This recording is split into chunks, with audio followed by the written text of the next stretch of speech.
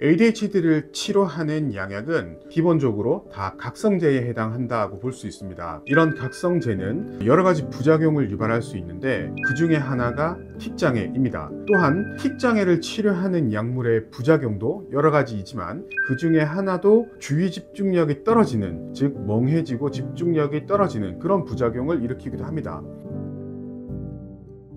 안녕하세요. 알면안이온 대표원장 김민환입니다. ADHD를 가진 아이들 중에 양방 치료를 하기가 상당히 애매해지는 아이들이 있습니다. 그런 아이들은 바로 ADHD가 있으면서 동시에 틱장애까지 있는 아이들이죠.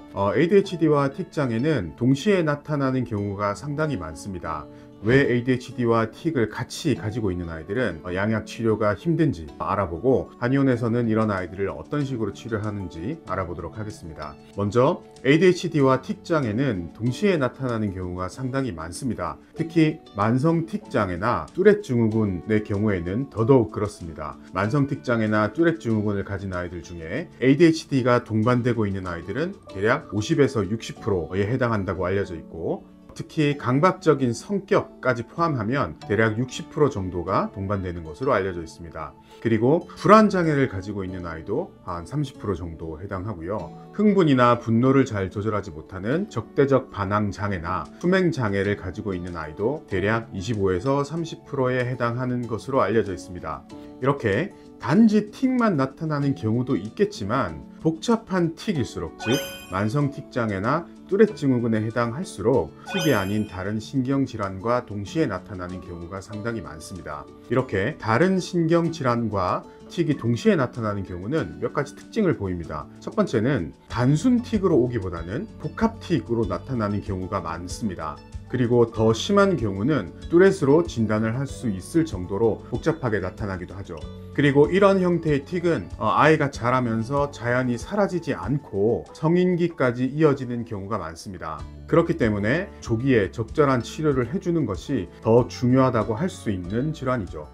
이렇게 ADHD와 틱은 동시에 나타나는 경우가 많지만 이런 아이들은 양약을 복용하기가 애매해지는 경우가 많습니다. ADHD를 치료하는 양약은 여러 종류가 있지만 기본적으로 다 각성제에 해당한다고 볼 수 있습니다. 이런 각성제는 여러 가지 부작용을 유발할 수 있는데 그 중에 하나가 틱장애입니다. 그렇기 때문에 틱장애가 있는 ADHD 아이들은 각성제를 복용하면 틱은 더 심해지는 그런 부작용이 나타날 수 있죠. 심지어 틱이 없이 각성제만 있던 아이도 ADHD 약을 복용한 이후에 틱이 동반되는 경우도 종종 있습니다. 또한 틱장애를 치료하는 약물의 부작용도 여러 가지이지만 그 중에 하나도 주의 집중력이 떨어지는, 즉 멍해지고 집중력이 떨어지는 그런 부작용을 일으키기도 합니다. 그렇기 때문에 ADHD와 틱장애를 동시에 가지고 있는 아이들은 각성제를 복용하자니 틱이 더 심해질 것 같고 틱 약을 복용하자니 ADHD가 더 심해질 것 같은 그런 딜레마에 빠져 있는 것이죠.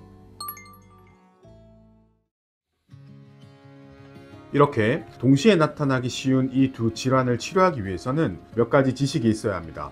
먼저 ADHD가 먼저 생기는지 틱 장애가 먼저 생기는지를 확인해야 합니다. 대부분의 경우에 ADHD가 틱보다 먼저 발생합니다. 연구 결과들을 보면 틱이 생기기 2~3년 전부터 ADHD가 시작되는 아이들이 대부분이라는 것을 알 수 있습니다. ADHD는 뇌신경의 성장 발달이 아직 완전하지 않기 때문에 나타나는 질환입니다. 그렇기 때문에 뇌신경의 성장 발달이 가장 약한 신생아 때부터 ADHD 증상은 당연히 나타나게 됩니다. 그렇지만 이 시기의 아이들은 누구나 주의 집중력이 약하고 산만한 것이 정상이기 때문에 이 시기에 병이 있다라고 표현하지는 않을 뿐이죠. 하지만 ADHD를 가진 아이들은 신생아 때, 아주 어릴 때부터 독특한 여러 증상을 보이기도 합니다. 잠이 상당히 예민했거나 아기 때도 쉬지 않고 자꾸 움직이는 아이들이 있고, 또 감각 자극에 아주 민감한 그런 반응을 보이는 아이들도 있습니다. 경우에 따라서는 언어 발달이 느린 그런 아이도 있죠. 그렇다면 ADHD가 먼저 선행된 아이들은 왜 틱이 잘 생기는지를 알아보겠습니다. 이것을 이해하기 위해서 틱이 왜 생기는지를 이해해야 합니다. 틱은 나도 모르게 자동으로 근육이 움직여서 틱 동작이 나타나는 것이 절대로 아닙니다. 특정 부위에 이상한 느낌, 불편한 느낌이 먼저 생기고 그 이상한 느낌을 없애기 위해서 특정한 동작을 반복하는 것이 바로 틱장애입니다. 눈이 간질간질하고 이상한 느낌이 드는데 눈을 세게 감았다가 뜨면 그 느낌이 사라집니다. 그런데 그 이상한 느낌이 계속해서 반복되기 때문에 눈을 세게 감았다가 뜨는 동작을 반복할 수밖에 없게 되는 것이죠. 또한 얼굴이 간질간질한 느낌이 들어서 찡그리게 되고 그 간질간질한 느낌이 계속 반복되니까 계속 찡그리는 동작을 반복하게 되거나 배가 불편해서 힘을 꽉 주게 되는 것들을 반복하게 되고 가슴이 답답하고 불안한데 특정한 소리를 내면 그것이 편해지기 때문에 반대로 특정 소리를 내지 않으면 너무 불안하고 불편하기 때문에 그 소리를 반복해서 내는 것, 이것이 바로 틱의 정체입니다. 즉 나도 모르게 그 동작이 나타나는 것이 아니라 이상한 불편한 느낌이 먼저 생기고 그 느낌을 없애기 위해서 특정 동작을 계속 할 수밖에 없는 것이 틱인 것이죠. 이렇게 틱 이전에 생기는 이상한 느낌, 불편한 느낌을 전조 감각 충동이라고 이야기합니다. ADHD를 가진 아이들은 이런 전조 감각 충동이 아주 잘 발생합니다. 우리가 ADHD를 이해할 때는 주의 집중력이 떨어지는 증상만 생각하는 경우들이 많습니다. 그런데 실제로 ADHD는 주의 집중력뿐만이 아니라 신체적으로도 많이 민감한 그런 증상들을 보입니다.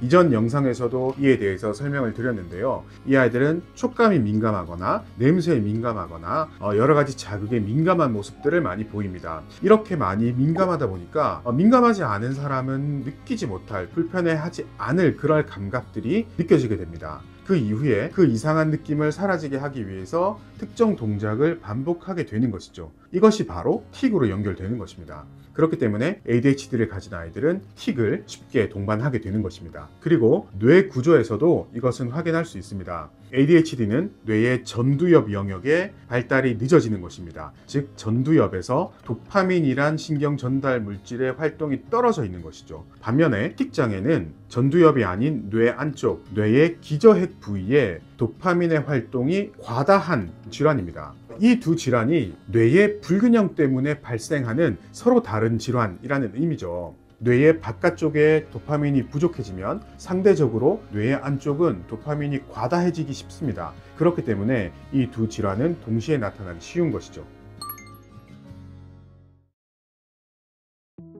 그렇다면 동시에 나타나기 쉬운 이 두 질환은 어떤 식으로 치료를 해야 할까요? 양방에서 각성제를 쓰자니 틱이 심해질 것 같고 틱 약을 쓰자니 ADHD가 심해질 것 같은데 말이죠. 이 두 질환이 동시에 나타나고 있는 아이들은 반드시 ADHD부터 치료를 해야 합니다. 왜냐하면 ADHD는 틱이 생기기 이전부터 발생하기 때문입니다. 즉 다시 말해서 ADHD 자체가 틱의 원인이 될 수 있다는 의미입니다. ADHD가 있다는 말은 뇌의 특정 부위의 성장 발달이 늦어지고 있다는 의미입니다. 그 때문에 뇌신경의 불균형이 생기고 있다는 뜻이죠. 이렇게 뇌신경의 불균형이 발생하면 ADHD를 조절해서 뇌가 발달을 하게 되면 뇌신경의 불균형이 사라지게 되고 결국 틱이 사라지게 됩니다. 왜냐하면 전조 감각 충동이 사라지기 때문이죠. 나를 괴롭히는 이런 이상한 느낌이 사라지게 되면 틱을 가진 아이도 틱을 할 이유가 없어지게 됩니다. 심한 틱을 가진 아이일수록 틱 동작들 때문에 많이 힘들어합니다. 그렇기 때문에 틱을 하지 않아도 된다면 스스로 그런 행동을 할 이유가 전혀 없어지는 것이죠. 실제로 저희 한의원에는 이 두 질환을 동시에 가지고 있는 아이들이 많이 내원하고 있습니다. 저는 이 아이들을 치료할 때 틱을 치료하는 약이 아닌 ADHD를 치료하는 한약을 처방합니다. 그럼에도 불구하고 대부분의 아이들이 틱이 사라졌습니다. 물론 ADHD도 당연히 좋아졌죠. 따라서 이 두 질환을 동시에 가지고 있는 아이들은 생활 관리를 할 때도 틱이 아닌 ADHD에 준해서 해주는 것이 좋습니다.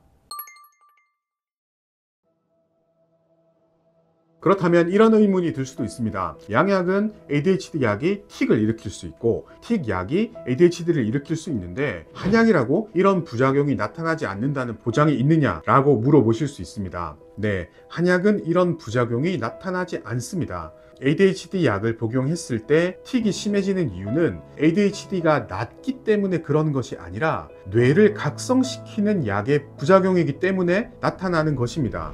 ADHD는 뇌신경의 불균형 상태라고 말씀드렸습니다. 그런데 각성제를 복용하면 뇌의 전체 영역을 억지로 각성을 시킵니다. 그렇게 되면 뇌의 불균형 상태가 더 도드라지게 됩니다. 결과적으로 틱이 발생하기 쉬운 것이죠. 반면에 ADHD를 치료하는 한약은 각성제 성분을 사용하지 않습니다. 뇌가 자연스럽게 성장 발달을 해서 아이 스스로 주의 집중력을 조절할 수 있도록 도와주는 그런 치료를 하고 있습니다. 그렇기 때문에 치료를 하면 할수록 아이들의 ADHD 증상이 줄어들면 줄어들수록 뇌신경의 불균형 상태가 해소된다는 의미고, 이렇게 뇌신경의 불균형 상태가 해소가 되면 틱은 자연스럽게 사라지게 됩니다. 이렇게 한약은 뇌를 발달시키는 치료를 하기 때문에 양약과는 다른 장단점이 존재한다고 볼 수도 있습니다. 양약은 약이 들어가서 뇌를 각성시키기 때문에 복용을 하자마자 바로 반응을 보이는 편입니다. 하지만 단점이라면 아무리 약을 오래 복용했어도 약을 끊으면 다시 증상이 똑같아진다는 점입니다. 왜냐하면 약 성분이 몸에 남아있지 않으면 반드시 증상이 다시 생기기 때문이죠. 반면에 한약은 한두 번 복용을 한다고 해서 바로 증상이 개선되지는 않습니다. 왜냐하면 뇌가 일정 수준 이상 성장을 해야만 증상이 개선되기 때문이죠. 그래서 치료에 대한 반응이 느린 편입니다.